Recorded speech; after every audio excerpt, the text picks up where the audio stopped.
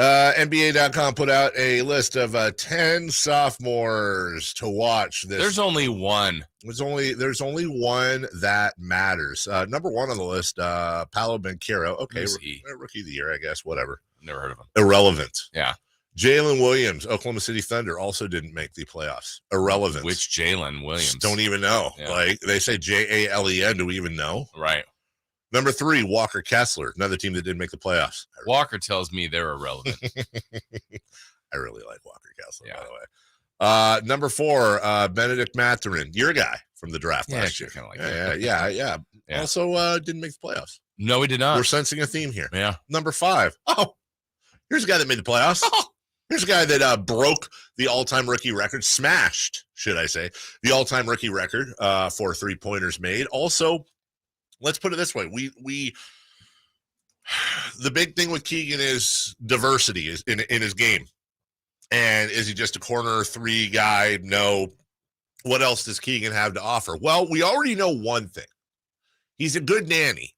Yes. He was nannying baby Fox. Nanny of the year. Nanny of the year. Yeah. Keegan Murray. Yeah.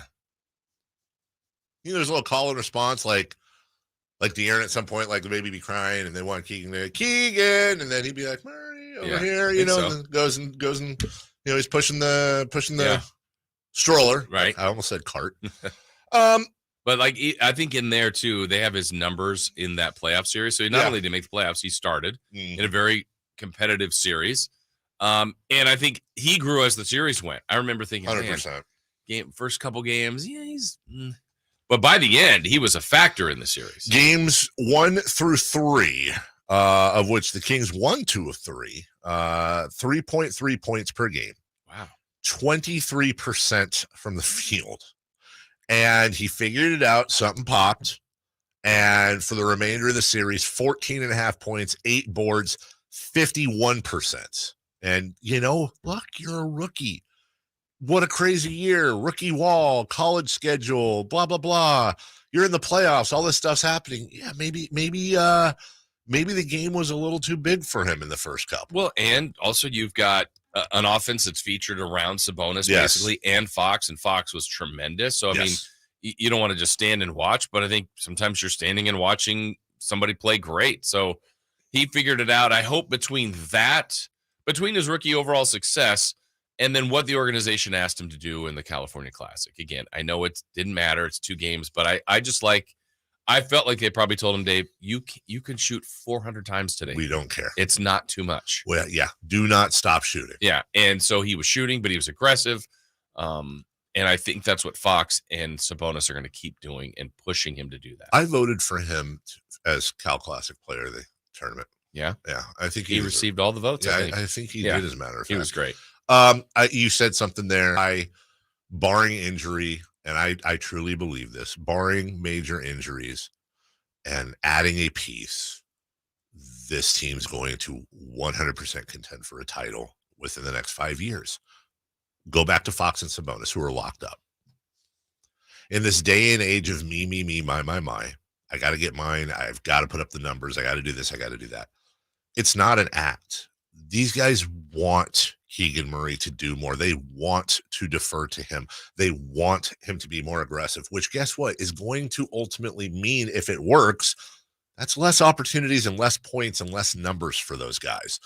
And I don't know if they think this far into it. I don't think they do. I think they just naturally are team players. But look, they're locked up. If they just keep playing how they've been playing, they're going to be max players again in a few years. So we don't have to worry about that anymore. We're set. Let's just go out and win a championship. And in order to win a championship, you usually need 3 stars. We've got our 3rd star right here. They needed to be, right? I think a perfect world, if everything went right, Fox is your leading scorer, and maybe Murray's number 2. I agree with you. With Sabonis, like right there, and there'll be games. Again, I think the way this team is built, that's not to say that Barnes can't lead him on a night or that Malik Monk. We know they can. They did it. Herter. They all are capable of it. Terrence Davis did it last year. He's no longer with the squad, but the point is maybe it's Duarte one night. Maybe it's Vezenkov. I think they have that all have that ability.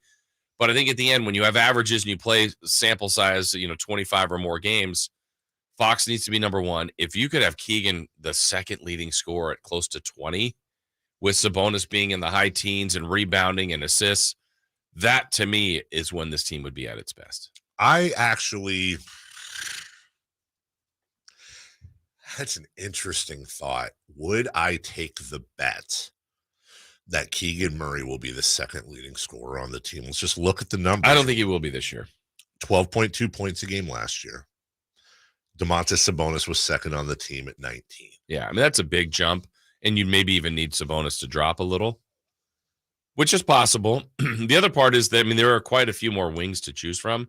I think Keegan's other goal to me, Dave, needs to be a closer too. Like on the floor there were times, a lot of times last year, he wasn't on the floor at the end of the game. No. I mean, you'd see Sabonis and Fox all the time. And then probably Barnes. And then is it, Davion? Is it Herter? Is it Monk? Last year, Lyles. He wasn't on the floor a lot at the end. No, despite the fact that he led the team in blocks. So he needs to be that kind of guy where it's like, no, I can't take him out. Let me ask you this then. Over under Keegan Murray, 3.5 on the team in scoring. Yeah, I'd take you. I mean, I think he could be third. I think he can. At about 15, 16. Wait, does over mean third? Or yes, over means third, second, or first. Yeah, over.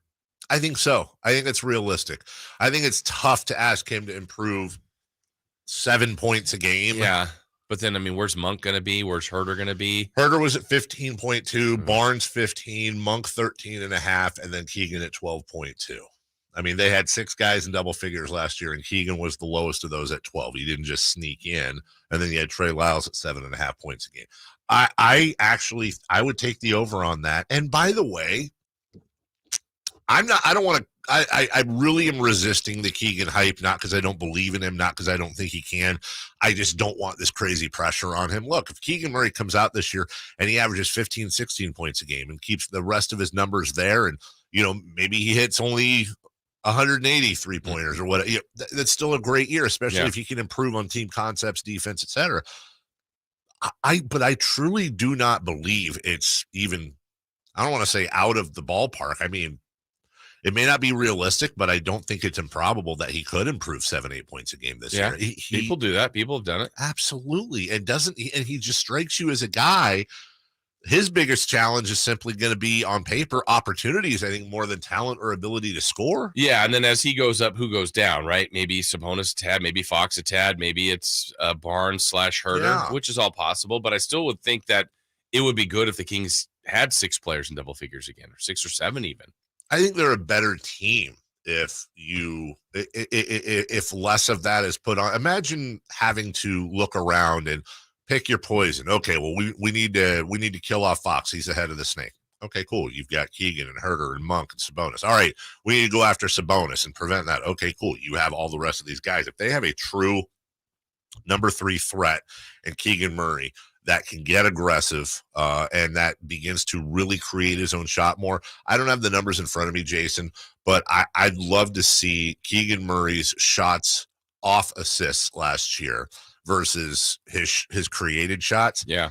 That's the one number I really want to pay attention to. If he's able to jump on baskets not from assists this year, pretty standard, a decent amount, it's gonna be a show. Yeah, for sure.